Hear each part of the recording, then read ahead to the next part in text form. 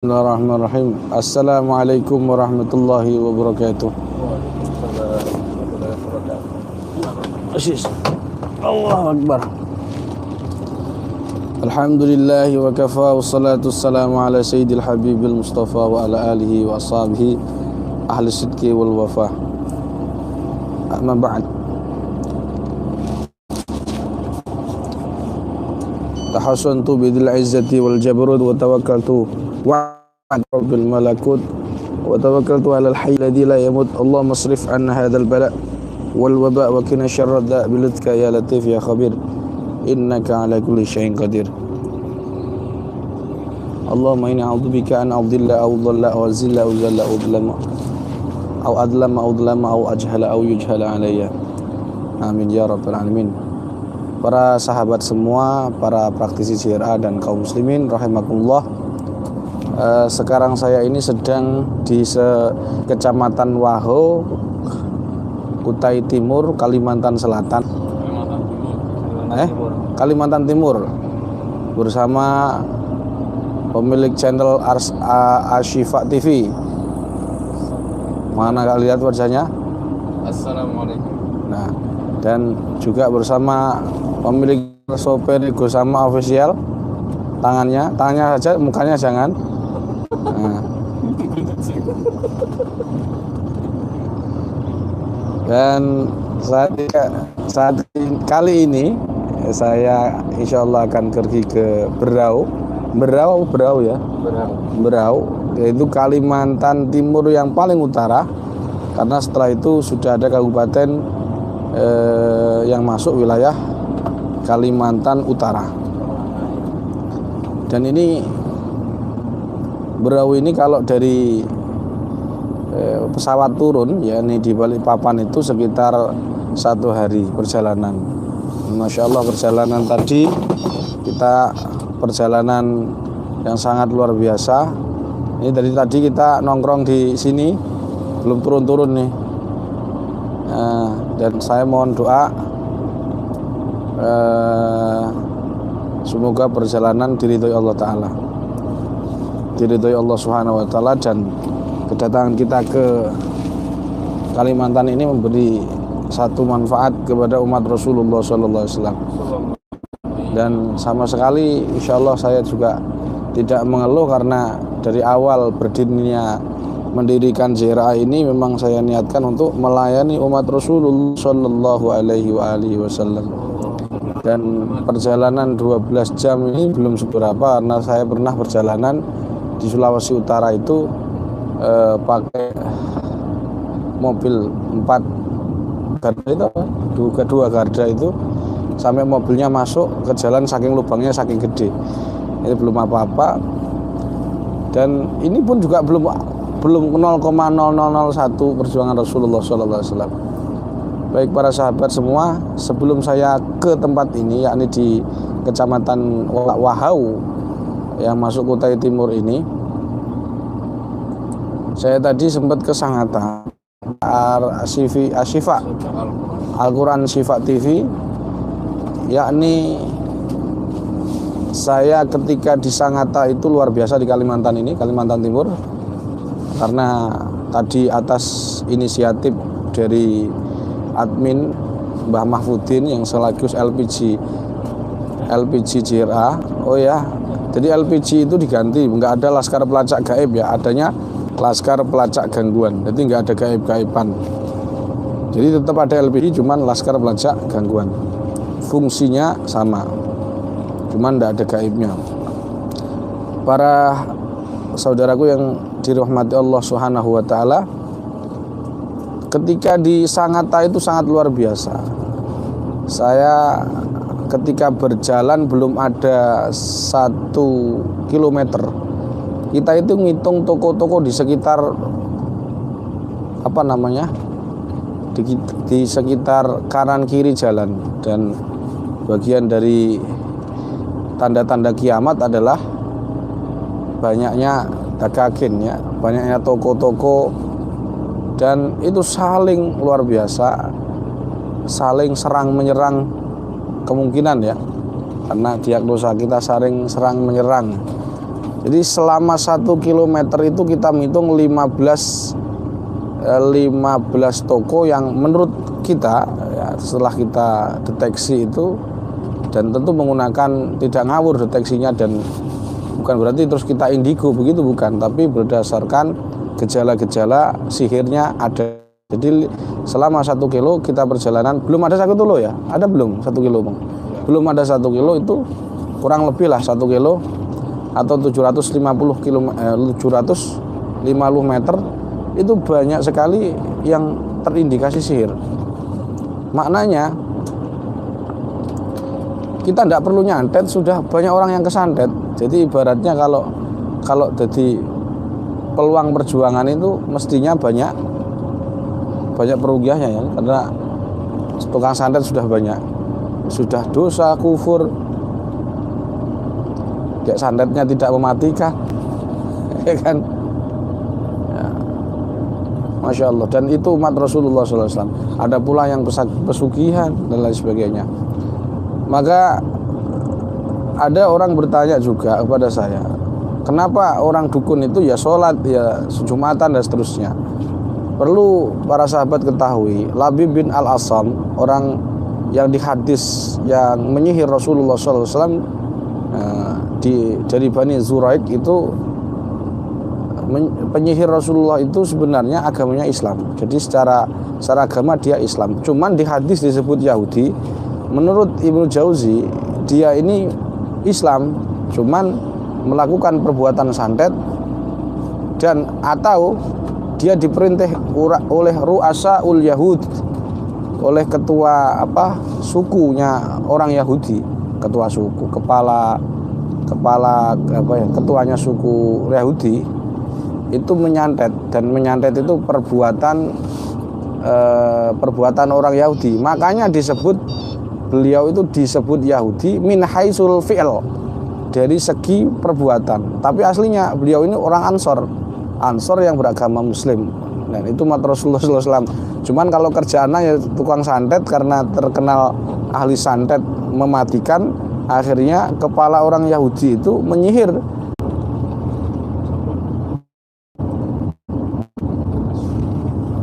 Baik, para sahabat, mandek kiri sebentar ya. Ini biar sinyalnya agak kiri sebentar kiri. Nah, oke. Baik para sahabat semua. Baik para sahabat semua.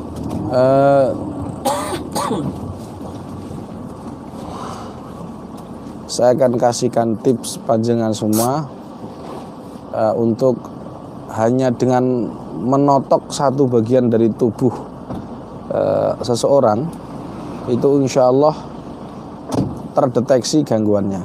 Saya ulangi, hanya dengan menotok satu titik dari bagian tubuh kita, bagian dari tubuh seseorang, insya Allah kalian bisa mendeteksi gangguan tersebut. Tapi sebelumnya saya mengajak kalian semua dan yang ada di sini yang mendengarkan terutama untuk bersolawat kepada Rasulullah Sallallahu Alaihi Wasallam. Shallu ala Nabi Muhammad. Allahumma sholli wa sallim ala nabiyina Muhammad alaihi salam. Sholatan tadumu wa tuna ilaih mamaran layani wa tuna dawam. Allahumma salli wa sallim ala nabiyina Muhammad alaihi salam. Salatan nadumu wa tuda ilaih mamaran layali wa tula dawam. Alhamdulillah, semoga kita semua dikumpulkan bersama Rasulullah sallallahu alaihi wasallam. Allahumma ijma'na bihi fid dunya wal akhirah. Allahumma ahyina mutamassikina bi sunnatihi wa ta'atihi. Allahumma ihsurna fi zumratihi wa ta'atihi wa jama'atihi bijahi khairil barih. Amin ya rabbal alamin. Para sahabat semua, perlu diketahui, saya tadi mau ke sini itu ada salah seorang praktisi ruqyah. Saya tidak akan menyebut namanya karena ini merupakan privasi.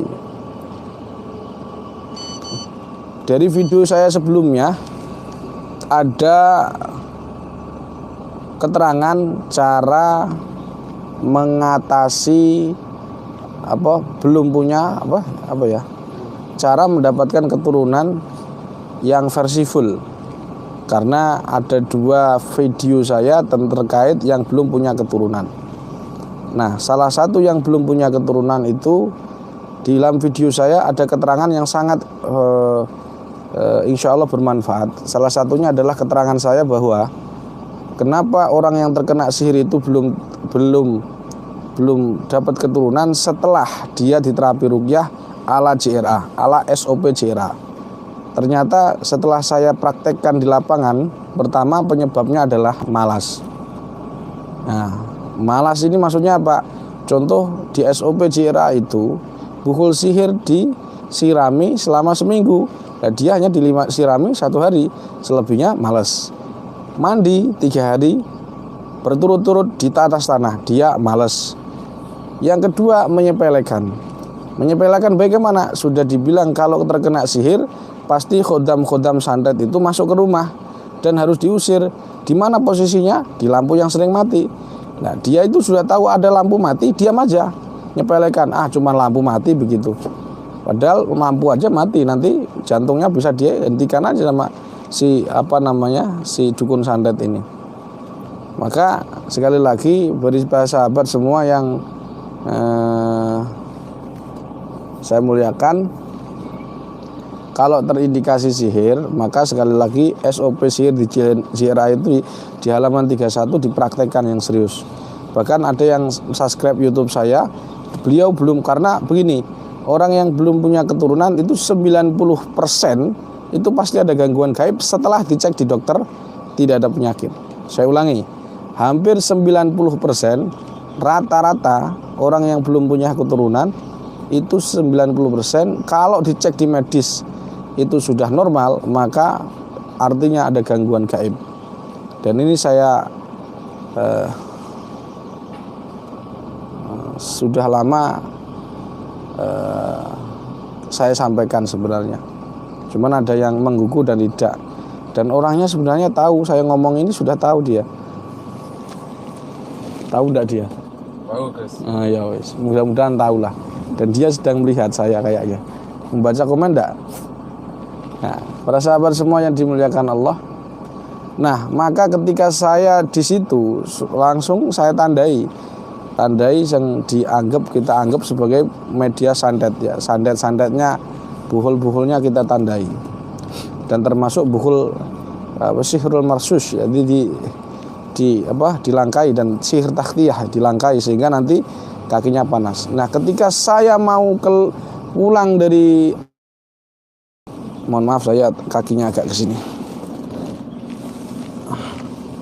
Ketika saya keluar dari Sangatta, itu tuan rumahnya saya karena tergesa-gesa ya, ditunggu panitia di Waho, mau juga ke Bengalun, Kalimantan Timur juga. Nah, beliau ini perempuan. Lalu saya cukup totok satu bagian, saya baca doa, terus beliau terjadi reaksi, muntah dan seterusnya, tanpa sugesti. Memang kesurupan, muntah, gerakan frontal itu bisa tersugesti dengan hipnoterapi. Tetapi kita ketahui bahkan mental, ketika ada orang nyerang kita, mental bisa juga dengan ilmu sugesti, dengan hipnoterapi. Tetapi perlu diketahui pula, hipnoterapi itu tidak gampang masuk area kritikal itu. Jadi yang akan saya ajarkan itu nanti tidak mengandung sugesti, tapi murni murni ruqyah, murni bacaan ayat-ayat Al-Quran, cuman titiknya tertentu. Dan nanti akan saya tunjukkan kenapa sih penyebabnya kok itu dapat mendeteksi begitu. Para sahabat semua yang dimuliakan Allah Ta'ala, saya akan ijazahkan satu titik tersebut. Titik tersebut adalah titik di segini itu apa? Nek sampean dari tadi kemarin begini terus segini itu apa namanya? Satu jengkal. Satu apa? Satu jari. Satu jari. Leros tiga jari lah. Titik tersebut adalah titik dari titik 3 jari kiri kanannya titik kahil. Saya ulangi, titik tersebut adalah satu titik untuk mendeteksi gangguan gaib tersebut adalah titik 3 jari dari titik kahil. Perlu diketahui titik kahil ini menurut Rasulullah SAW adalah salah satu titik bekam. Bahkan disampaikan di Fathul Bari, Rasulullah itu ketika terkena sihir, beliau ini dibekam dengan bekam tanduk.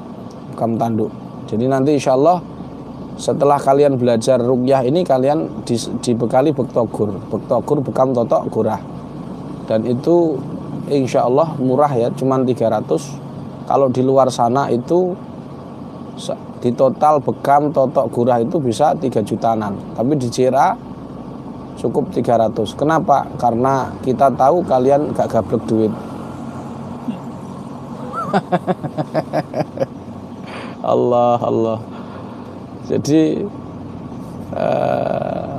cukup 3, dan insya Allah nanti ada metode-metode yang lain seperti toya, seperti sakal putung. Insya Allah kita akan juga banyak lah ilmu-ilmu yang fermentasi. Pokoknya herbalis kita ajarkan lah ya, seperti SAM, Sekolah Herbal Muslim. Jadi nanti berbasis Nahdlatul Ulama dan terus dikawal oleh LDPBNO. Jadi jangan usah khawatir panjenengan semua. Jadi tidak hanya ngurusi untuk gangguan gaib, cuman tidak boleh meninggalkan Al-Quran begitu. Bekam pun tidak boleh. Titiknya itu di mana sih? Titiknya di sini. Saya akan praktekkan ya. Wah, ini nggak ada lampu. Ya Pak, ini ada lampunya enggak ini? Coba Pak Muhyiddin, ada lampunya enggak ini? Ini misalkan agak ke sini. Nah, ini ke punggung ya. Oh, ada ke sana. Nih, nah bisa ya, cek ya. Oke. Titik kahil itu seperti ini, bahasa sahabat semua. Ini kok ke sini? Ya, biar terlihat ya. Oke. Titik kahil adalah titik di tengah-tengah antara begini.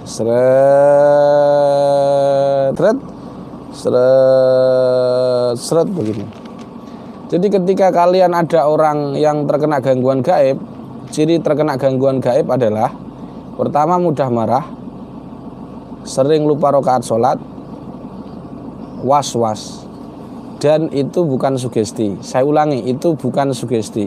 Yang menghabarkan bahwa orang yang punya 3 karakter ini adalah gangguan gaib adalah Rasulullah Shallallahu Alaihi Wasallam. Innal ghadaba minasyaiton. Suka marah, suka jengkel dari setan. Kemudian was-was, lupa rakaat sholat, atau bahkan paling parah ya nggak sholat, itu malah jauh lebih parah. Kalau yang Nasrani, indikasinya dia diganggu jin, itu sering lupa. Kemarin Quran Sifat TV meruqyah, ini loh orangnya yang lagi megang lampu ini, wajahnya kelihatan tuh coba. Ganteng dan seperti muda saya dulu itu. Ngeruqyah orang Nasrani di Malaysia. Was-was. Nah, ketika dia seperti itu, kamu langsung dimanapun posisi jinnya, entah dia sembunyi di sini, sembunyi di helm, di kaki tengah, bagian tengah ya misalkan, tetap terdeteksi. Insya Allah tetap terdeteksi. Saya ulangi, insya Allah tetap terdeteksi. Ataupun santet menggunakan segala media. Contoh medianya media elemen angin lewat foto, nyantetnya melalui apa yang paling, kalau di Kutai Timur bagaimana? Al-Quran agak kesini kameranya, biar kamera digeser ke sini bisa enggak? Biar kamu ben kelihatan. Lah, seperti itu. Kalau di Kutai Timur biasanya nyantetnya media apa ini? tulang tulang biasa, maksudnya biasa. Paku ya, paku yang biasa. Kalau di Jawa itu biasanya cuma kembang dan tanah kuburannya sudah biasa itu. Nah, apapun medianya.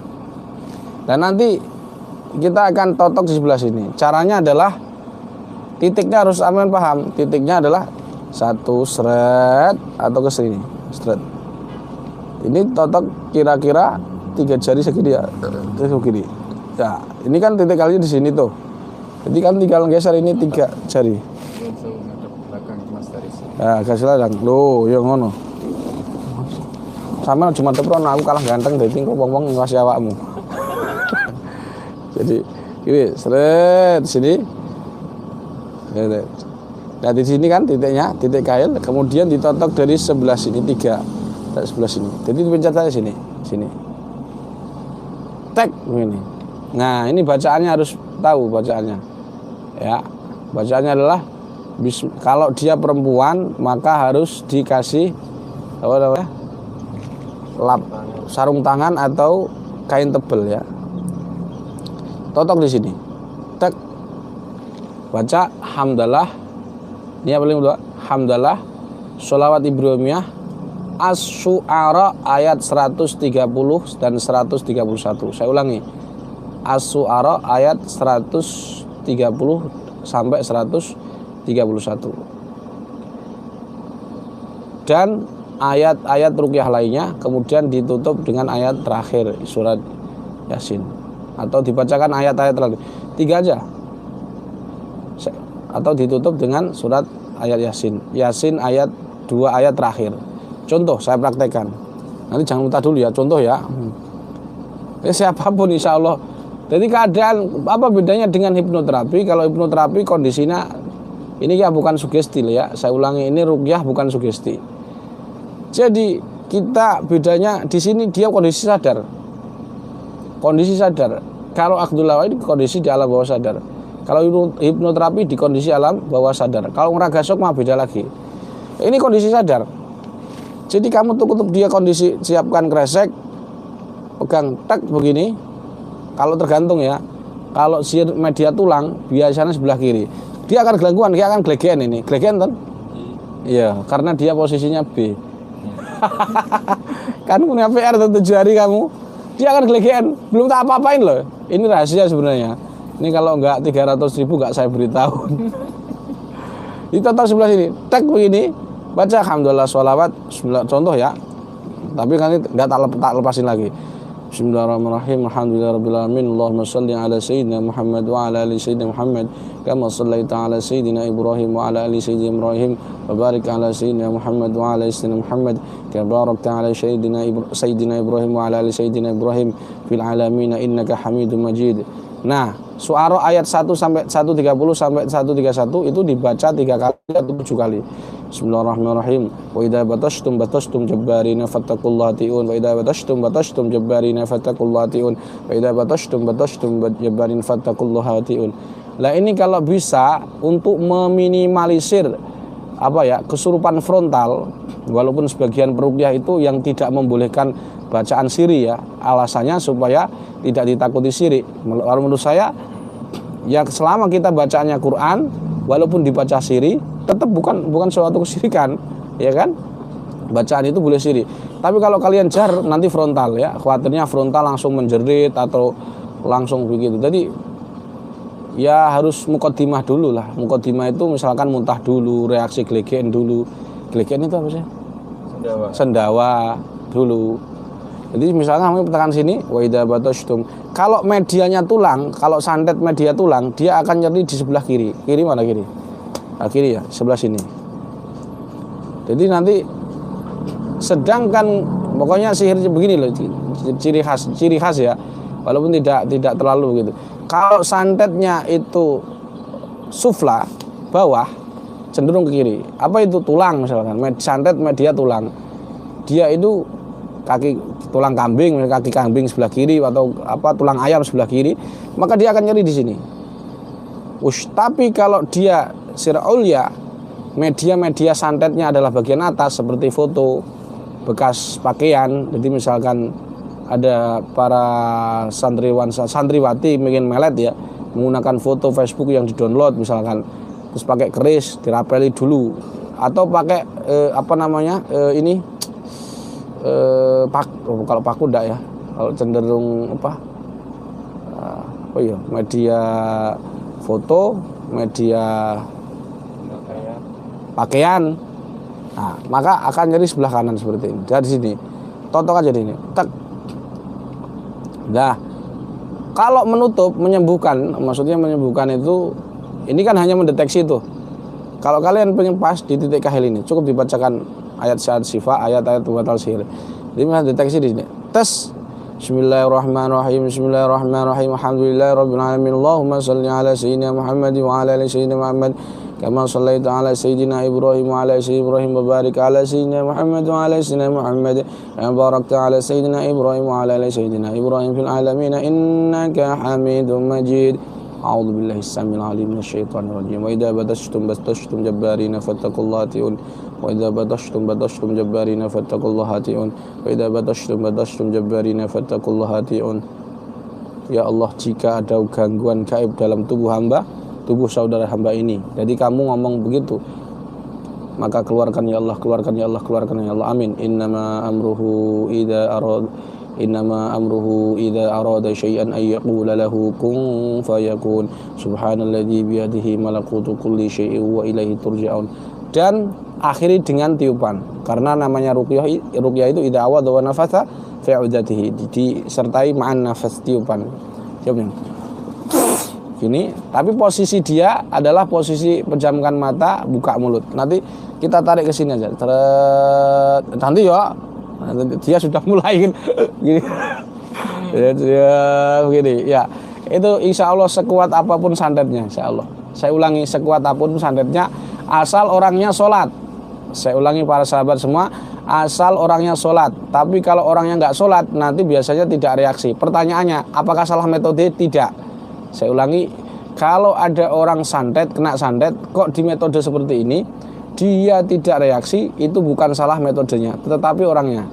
Kenapa? Al-Quran itu untuk yang orang-orang yang beriman. Qul huwa lilladzina amanu hudaw wa syifa. Untuk orang-orang, itu Quran itu menjadi syifa lilladzina amanu, untuk orang-orang mukmin.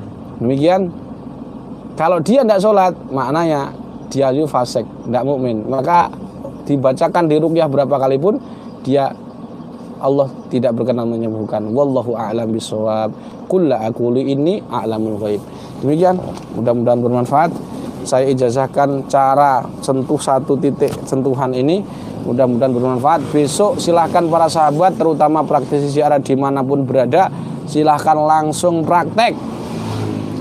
Yang terutama di Kalimantan Timur itu sangat luar biasa, banyaknya pasien ya, dibanding orang yang menyantet, banyak orang yang kesantet. Saya ijazahkan bacaan ini kepada kalian dengan kalimat ajastukum. Saya ijazahkan kalimat ini dengan kalimat ajastukum.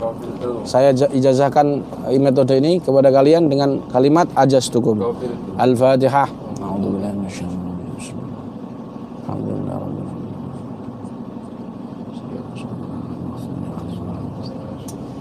Bon, kameranya di hadapan ke depan biar tahu situasinya sambil tanya pertanyaan. Saya akan membuka pertanyaan kepada panjenengan semua.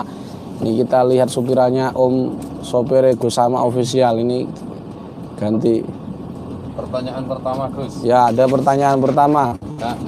Ya, dibuka MC-nya mana MC-nya? Ini MC-nya. Yuk, ada pertanyaan di situ. Ini pertanyaan pertama langsung dari Kalimantan Timur. Dengan titik tersebut sudah diajarkan Gus Ama, bagaimana untuk mendeteksi orang non muslim, Gus? Tadi kan diterangkan untuk orang yang beriman, bagaimana mencocokkan, menggabungkan metode tersebut ketika kita mendeteksi non muslim. Monggo Gus. Baik, untuk non muslim saya kira sama, metodenya sama. Cuman kan tadi saya sampaikan terkadang tidak reaksi, begitu loh. Kalau orang muslim fasik, jadi orang fasik itu lebih bahaya dari orang kafir. begitu. Jadi metodenya tetap sama, cuman kadang kalau orang tidak sholat itu tidak reaksi begitu loh. Ya wallahu a'lam. Jadi intinya metodenya sama seperti itu. Ya, udah paham kira-kira? Oke. Di situ ada yang online yang ada pertanyaan enggak? Barangkali ada pertanyaan atau pertanyaan sekilas postingan-postingan saya di aja di akunmu di apa? Di anumu dulu. Di HP-mu mungkin ada yang bertanya di sana di online. Ada enggak pertanyaan? Ini sambil melihat ya para sahabat kalian biar mengetahui perjalanan saya di Kalimantan Timur itu seperti apa. Biar tahu perjalanan ini mumpung di kota makanya kita online nanti. Dan ini nanti kalau ada ibu-ibu ngeriting kanan beloknya kiri ya, kalian bisa tahu.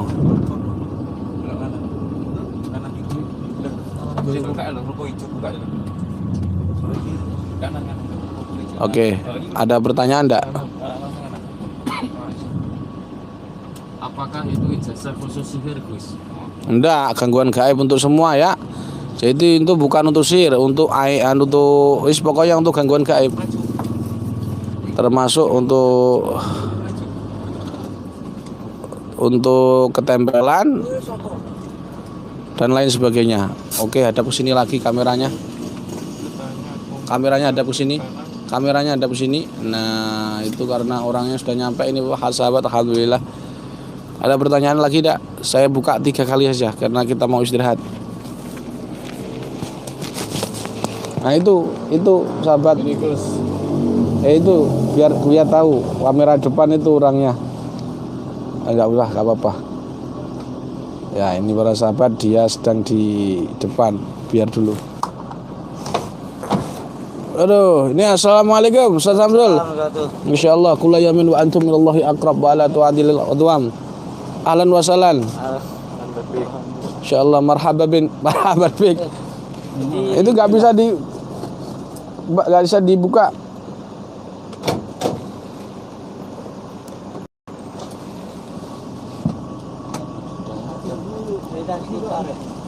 Enggak. Oke, saya mau streaming dulu, masih nunggu pertanyaan. Baik, para sahabat, sudah selesai kira-kira pertanyaannya? Pertanyaannya sudah selesai belum? Belum, Gus. Ini belum. Masuk naik. Dulu. Tarik. Pak Suni, tolong dibantu. Naik lagi, Pak. Cari dulu, makan dulu. Coba itu pertanyaannya selanjutnya gimana? Kita mau tutup, capek ngomong.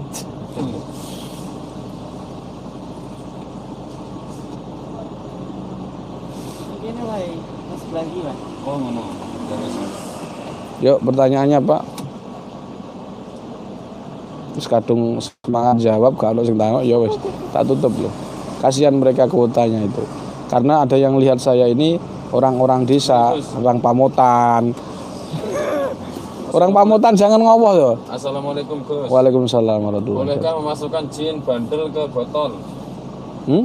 Bolehkah memasukkan jin bandel ke botol? Boleh saja. Boleh saja, tetapi saya tidak anjurkan karena konsekuensinya kalau berkonsekuensi ya monggo. Kalau konsekuensinya begini, contohnya ada ini tempat angker tuh, kamu cara nariknya kamu ke botol tuh misalkan. Lah kalau ada yang sisa itu, tuh ngamuk nyurupi orang, itu sulit keluar itu. Dan kita dulu pernah satu ketika ruqyah masal di Bondowoso, saya nggak ngerti, satu itu kesurupan dan tuntas-tuntas. Saya kaget kok bisa ini, kok bisa begini. Singkat cerita, tak tanya, ngapain kamu nggak keluar? Keluarkan dulu temanku. Lah saya kan nggak ngerti. Loh kenapa emangnya? Ada ini, saya nggak ngajari. Saya ulangi, saya nggak ngajari. Ada ini temanmu yang masukkan ke botol di penjara. Lah begitu. Akhirnya nggak keluar. Saya suruh keluarin dan alhamdulillah keluar. Gitu ya. Ya boleh-boleh saja. Tetapi saya ulangi konsekuensinya. Dan jangan kamu ngomong langsung dukun. Belum tentu pula.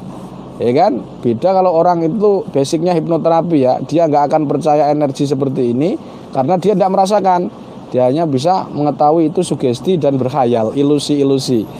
Bahkan sihir itu dikilu ilusi, padahal memang sihir itu ilusi. Yukhayyalu ilaihi bisihrim annaha tas'a. Wallahu a'lam. Qul la aqulu anni a'lamul ghaib. Pertanyaan terakhir, Gus. Dulu mau tanya. Enggak, ini Ya pertanyaan opo? Kamu Basuni kok takok barang? Ya pertanyaan. Nah, ini khusus nih iki nek takok bayar. 50.000. Basuni kalau tanya bayar 50.000.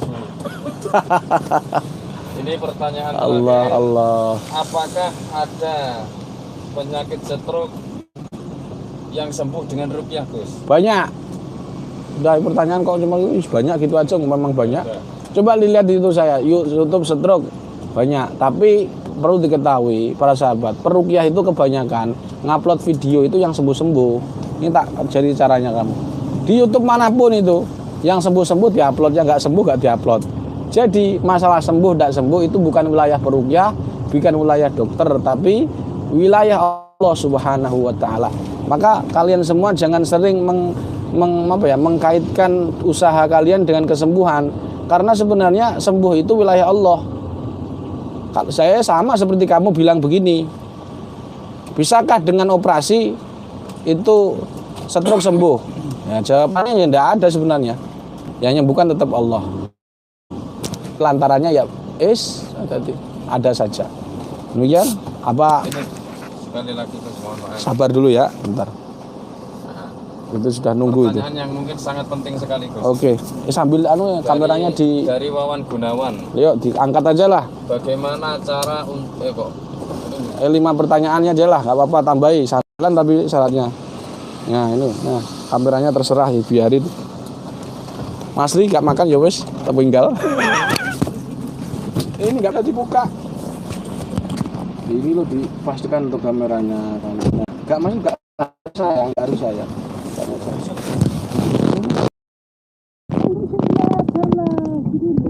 Gini loh, paham ya maksud saya? Bentar, paham dah? Itu loh, nanti kamu tak kasih 100. Bagus. Insya Allah. Siap. Baik. Dipanggil langsung. Ini para sahabat, kita akan wawancara dengan ini sahabat pedalaman ini. Insya Allah. Alhamdulillah. Sini. Ini Pak Samsul. Nah, sini loh, sini sahabat Pak. Allahu Akbar. Baik. Apa pertanyaan selanjutnya? Pertanyaan selanjutnya, Gus. Sebelum diruqyah perutnya kecil, Gus. Ketika diruqyah tiba-tiba perutnya langsung besar. Terus? Bagaimana, Gus? Nah itu deteksinya apa dulu dia? Itu salah dia. Itu harus dideteksi dulu. Itu salah. Ruqyah kok langsung diruqyah salah. Jadi dia ini kalau dia peruqyah enggak? Kalau peruqyah salah itu dia. Karena enggak boleh langsung ruqyah, harus ditanya dulu keluhannya dan diagnosa baru diruqyah. Lah ini kan dia ruqyah dulu. Ya keliru kan? Akhirnya kan bingung setelah diruqyah kok begini. Dia taunya begini aja, enggak diagnosa. Nah, jadi yang salah bukan Qur'annya, bukan ruqyahnya, tapi salah dia cara meruqyahnya. Tapi apa biasanya? Biasanya begini, para sahabat jin itu, ya kan, dia itu sudah lama di santet misalkan ya. Media santet yang paling media air. Saya mahabbah itu. Mahabbah minumi air. Ya kan? Nah, nanti dia akan awalnya dia itu diruqyah jinnya itu nggak ada yang mengetahui. Setelah diruqyah jinnya terindikasi, dia ketahuan ngamuk tuh si jin. Nah akhirnya nyerang, dengan cara menyerangnya bukan ke peruqyahnya karena nggak berani, nyerangnya ke pasien itu dengan cara menampakkan diri sehingga perutnya kecil bisa menjadi besar. Seperti itu setelah diruqyah, sok-sok kayak dia itu nggak terima diruqyah. Pertanyaan habis. Saya kriya lagi. Gimana cara menghancurkan sihir dukun? Dan kebanyakan sekarang kiai pun berkedok dukun gitu. Cara menghancurkan sihir. Pertanyaannya pakai Tadi kamu beli di mana? Saya Nila saya.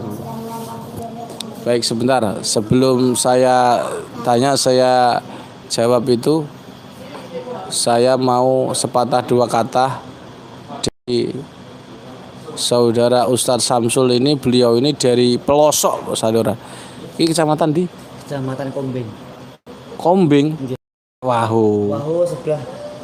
Ini sudah bablas lagi berarti? Ini perbatasan. Ini ikut Wahu. Sing sebelah ini wau Kombing. Jadi perbatasan. Oh. Nggih. Itu lebih jauh dari Wahu ini? Nggih, lebih jauh daripada Wahu. Allah. Ini jadi para sahabat, ini kalau dari pusat ibu kota Kalimantan Timur, ini lokasi yang saya duduk ini adalah 12 jam atau gimana? Lebih. Dari Balikpapan Balikpapan ke bandara 12 jam. 12 jam satu hari, Masya Allah, Masya Allah. Baik, ini kisahnya gimana Pak Samsul kok bisa saya kesini dan kira-kira ada menyapa teman-teman sahabat Ziarah Nusantara? Monggo Pak Samsul. Assalamualaikum warahmatullahi wabarakatuh. Terima kasih sudah diberikan waktu kepada kami dan luar biasa, dan saya sangat senang dan bahagia guru Mujiz JRA singgah di kecamatan paling pelosok di Kalimantan Timur. Jadi saya tidak bisa mengungkapkan saking senangnya dan saking bahagianya. Dan saya menyapa untuk teman-teman JRA Nusantara. Kita harus berjuang dan berdakwah memakai bendera JRA. Insya Allah kita akan bersama beliau Gus Alamuddin. Terima kasih. Assalamualaikum warahmatullahi wabarakatuh. Semua saya tanya-tanya dulu. Nggih. Di sini saya ada beberapa pertanyaan sih. Sampai sudah ikut JRA berapa tahun? Berapa bulan? Berapa? Saya mengikuti JRA pelatihan tentang tahun 2019 bulan Februari. Sudah 2 tahun dari sekarang. Ya, alhamdulillah luar biasa, dengan barokahnya JRA kita mendapatkan ilmu yang sangat luar biasa yang bermanfaat bagi masyarakat di daerah di sini. Alhamdulillah barokahnya JRA Gus. Tanya lagi. Pertanyaan ada 3 baru 1. Kira-kira kalau di sini ada enggak kasus-kasus seperti sihir dan seterusnya? Ya, kalau di sini daerah Kombing, Waho Kombing Telen, di sini mencakup dari 3 kecamatan dan Gus. Tapi justru kadang dari Berau pun kadang ke sini juga. Dari perbatasan Berau itu sering minta tolong ke JRA di sini. Kasus sihir di sini luar biasa banyaknya. Karena seperti halnya di sini rata-rata orang yang usaha. Jadi saya pernah menangani kasus sihir Gus sampai 8 bulan Gus. Jadi kamakola Gus Sama. Jadi sabar, suruh sabar. Nah, jadi kemarin pun sama. Ini sampai 3 bulan sampai 4 bulan. Ada yang kasus sama. Tapi bilang itu masih ada sampai ada yang lebih lama lagi. Ada yang 8 bulan. Saya 22 tahun. Subhanallah. Terkena sihir belum sembuh sampai sekarang. Ya. 22 tahun. Jadi di Tuban itu ada 22 tahun terkena sihir belum sembuh. Ya memang. Jadi para sahabat, sihir itu adalah maridun minal amrod. Jadi penyakit biasa. Bukan penyakit yang dikhususkan untuk orang awam. Kalau kalian berakidah seperti itu, hapus itu karena salah. Kenapa? Apa buktinya? Nabi Musa alaihissalam juga terkena sihir. Yukhayyalu ilaihi bisihrim anha tas'a. Kemudian Rasulullah juga terkena sihir dari Labib bin Al-Asam, yang beliau itu yukhayyalu ilahi, yang beliau itu juga berkhayal seolah-olah melakukan sesuatu padahal beliau tidak melakukan. Artinya sihir ini adalah ujian Allah kepada orang-orang beriman. Maka jangan katakan orang yang terkena sihir itu ada orang-orang yang buruk, perilaku buruk dan seterusnya. Itu adalah umat Rasulullah SAW. Dan sihir adalah maridun minal amrad. Kita tahu banyak orang di sana nangani dukun dan seterusnya. Tapi lama-lama duit juga akan tersantet. Kan begitu. Akhirnya dia nggak kebal santet, tidak ada yang kebal santet. Hanya Nabi Sulaiman alaihissalam. Baik, itu. Jadi maka terkadang kalau yang bisa kena sihir itu hanya orang awam, saya pastikan kalian akan kecewa ketika ada peruqyah kena santet. Faktanya mereka juga kena santet dan saya menemui sendiri. Dan saya tahu ada founder ruqyah syariah yang sangat banyak anggotanya itu, yang sekarang sudah meninggal itu kena stroke awalnya dan itu dari santet. Saya lihat gejalanya seperti itu karena mungkin dia tidak punya guru, jadi nggak ada tempat bertanya, jadi bingung dia. Wallahu alam. Jadi dulu ini alamul ghaib. Pertanyaan terakhir, kalau di sini kalau kena sihir, kira-kira yang sering kamu temukan, sampean temukan itu medianya apa?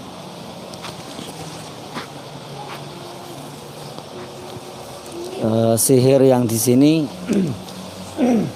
media yang kemarin ketemu ini Gus, sempat saya menemukan langsung orang-orangan yang dari plastik itu, orang-orangan yang terbuat dari plastik. Nah kemudian dibungkuslah dengan bungkusan klobot, bahasa klobot ya, dibungkus itu jagung ya, klobot jagung dibungkus itu, kemudian ditaruh depan rumahnya. Nah kemudian setelah dia keluar kena buhul tersebut, langsung dia kesurupan Gus. Jadi otomatis saya langsung ditelepon, kemudian saya ke sana. Waktu itu buhulnya langsung saya netralkan, saya bakar. Padahal orang yang kesurupan tadi tidak mengetahui, saya bilang panas, padahal dia tidak melihat saya. Dia mengatakan panas, berarti betul-betul buhulnya. Terus bagaimana kamu dulu mencari bukulnya? Kaifiahnya seperti apa? Kebetulan kalau yang itu tadi udah lama ya. Jadi langsung atau gimana? Itu langsung. Kaifiahnya kalau yang biasanya Gus, jadi tak suruh mendeteksi SIM markiyah yang ketarik di mana, itu nanti kita cari. Dan itu pun biasanya saya mencari ini energi yang di dalam rumahnya, tak suruh mencari sendiri dengan cara metode memakai markiyah. Jadi kita dengan tawasum kita di situ sudah ada, kita meyakinkan dengan markiyah bahwasanya ada energinya. Baik, di ruqyah itu semua metode boleh-boleh saja, asalkan tidak syirik. I'radu alayya ruqakum la ba'sa birruqa ma lam takun fihi syirik. Jadi jangan sering menyalahkan orang, seperti ada orang masukkan botol, masukkan telur, jangan suka nyalahkan, karena walaupun dicira tidak pakai, tapi tidak boleh tiba-tiba terus nuduh orang berbuat kesyirikan dan seterusnya, jangan seperti itu. Demikian, mudah-mudahan ada pertanyaan lagi tidak? Pertanyaan satu dari sopir Gus sama official ini tanpa settingan, tanya dulu ukurannya kayak itu. Tanya dulu sini, duduk sangat bagus. Assalamualaikum warahmatullahi wabarakatuh. Alhamdulillah, saya diizinkan bertanya langsung sama Mujis, walaupun setiap hari sama Mujis, tapi memang saya tidak berani bertanya. Yang mau saya tanyakan, Gus, apa perbedaan Ini mungkin mewakili praktisi-praktisi yang baru. Mohon maaf kalau sekiranya belum paham. Apa perbedaan vibrasi dengan sihir langsung? Kalau sihir langsung kan tidak ada medianya. Pernah panjenengan jelaskan ke saya itu tidak ada medianya, tapi untuk mengungkap, mendeteksi gangguan sihir langsung itu bagaimana? Begitu.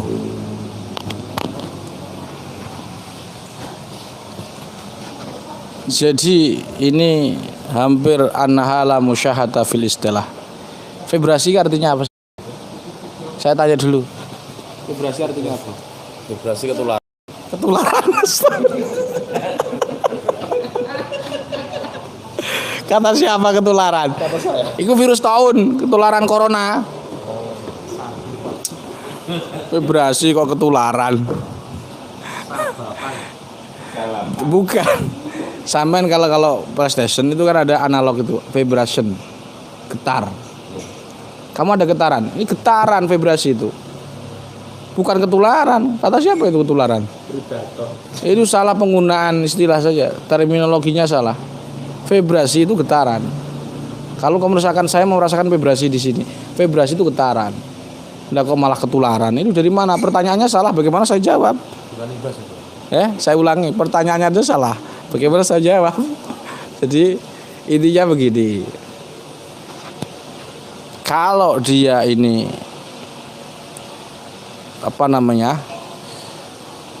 serangannya dari depan, tiba-tiba mual muntah, itu bukan dari santet, itu dari energi yang luar. Misalkan dia tempat angker, dia akan deteksi diserang si jin secara langsung. Tapi adapun untuk kena sihir santet langsung itu biasanya memang langsung ke belakang ke titik kahil dan sekitarnya itu. Jadi dia akan merasakan di sini ya seperti tadi di cenut panas gitu. Lah kayak kamu kemarin mates langsung perutmu gede. Lah itu karena kamu kebanyakan makan. Karena vibrasi tadi. Ya, itu tahu ya. Jadi itu serangan. Iya, belakang. Kalau sihir itu belakang. Kalau serangan itu dari depan. Sebenarnya vibrasi itu selama dia itu A, insya Allah nggak ada vibrasi. Kalau dia kok muntah, artinya dia sendiri bermasalah. Di sebelum ruqyah dia sudah ada energi reduksi energi jinnya di alam tubuh. Cuma dia nggak merasa. Contoh ya. Dia mau meruqyah orang, iya kan? Dia terlalu banyak megang, kan SOP-nya tidak boleh terlalu banyak megang. Di buku halaman 119, cara menangani orang kesurupan, tidak boleh terlalu banyak nyentuh. Lah dia ini orang kesurupan frontal dipegangin terus, maka secara otomatis di tangan-tangannya ini ada vibrasi. Didiamkan, dia tidak setelah ruqyah orang, dia tidak ruqyah mandiri. Lah kan salah. Padahal sudah saya sering sampaikan, kita ini semua di hadapan Quran semua pasien. Enggak ada peruqyah, enggak ada pasien. Enggak ada marki-markiyah. Ini hanya istilah ruqyah saja, tapi hakikatnya tidak ada. Lah setelah ngeruqyah orang, dia ini tidak ruqyah mandiri. Fatal enggak? Fatal. Akhirnya terjadi di sini energi. Terus dia ngeruqyah lagi, wong ini belum selesai tangannya tadi. Lah, fatalnya setelah 3 hari masuk tuh energi. Ya kan? Masuk ke dadanya misalkan lah. Dia ngeruqyah orang kena santet. Terjadi reaksi enggak? Muntah. Padahal jadi terjadi reaksi ketika dia mulai, sebenarnya di dalam dulunya sudah ada gangguan. Enggak ada vibrasi. Itu kamu vibrasi di dalam tubuh. Contoh seperti ini. Nah, enggak saya tunjukkan, saya ulangi. Nanti kalau dia disakit bukul, dia akan muntah. Kenapa? Karena di dalamnya sudah ada bersantet tadi. Ya, dia terjadi ketika ngeruqyah, kesantet orang, ruqyah aktif.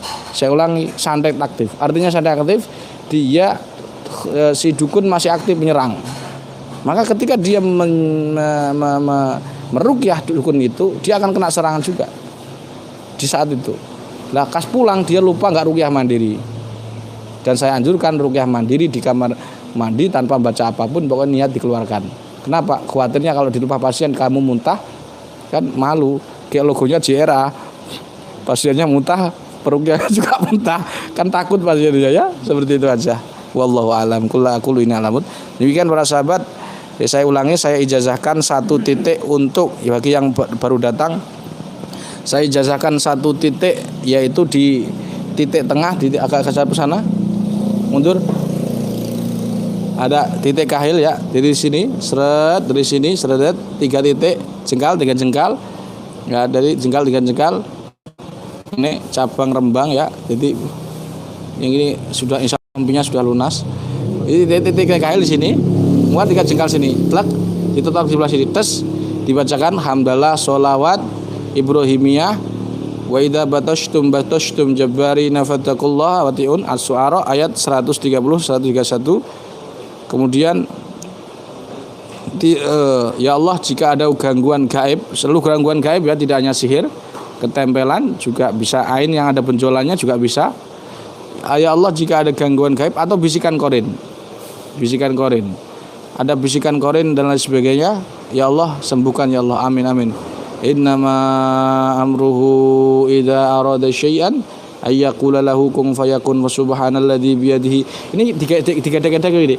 Subhanalladzi biyadihi malakutu kulli syai'in wa ilaihi turja'un. Tarik, buka mulut. Nanti misalkan saja. Saya ijazahkan 1 sentuhan ini untuk kalian dengan kalimat ajastukum. Demikian, assalamualaikum subhanakallahumma wa bihamdika asyhadu an la ilaha illa anta astaghfiruka wa atubu ilaik. Sebelum ditutup, kita setelah saya salam semua melakukan mars jiarah. Ya. Assalamualaikum warahmatullahi wabarakatuh. Waalaikumsalam warahmatullahi wabarakatuh. Bersama Nahdlatul Ulama, Jam'iyah Ruqyah Aswaja, lahirlah pejuang sejati, berilmu dan bertakwa. Al-Quran dakwah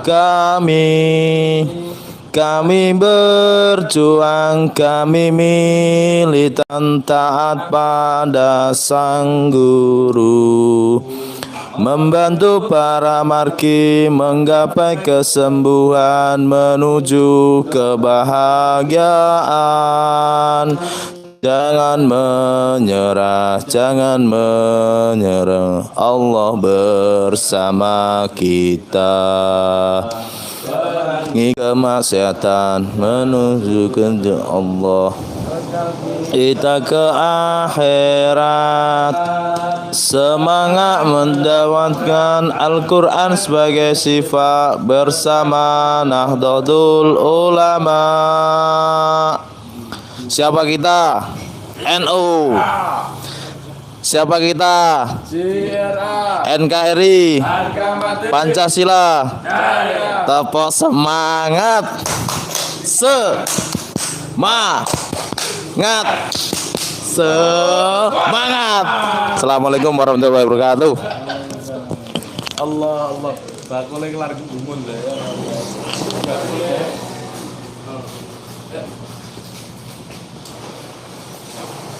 Oke.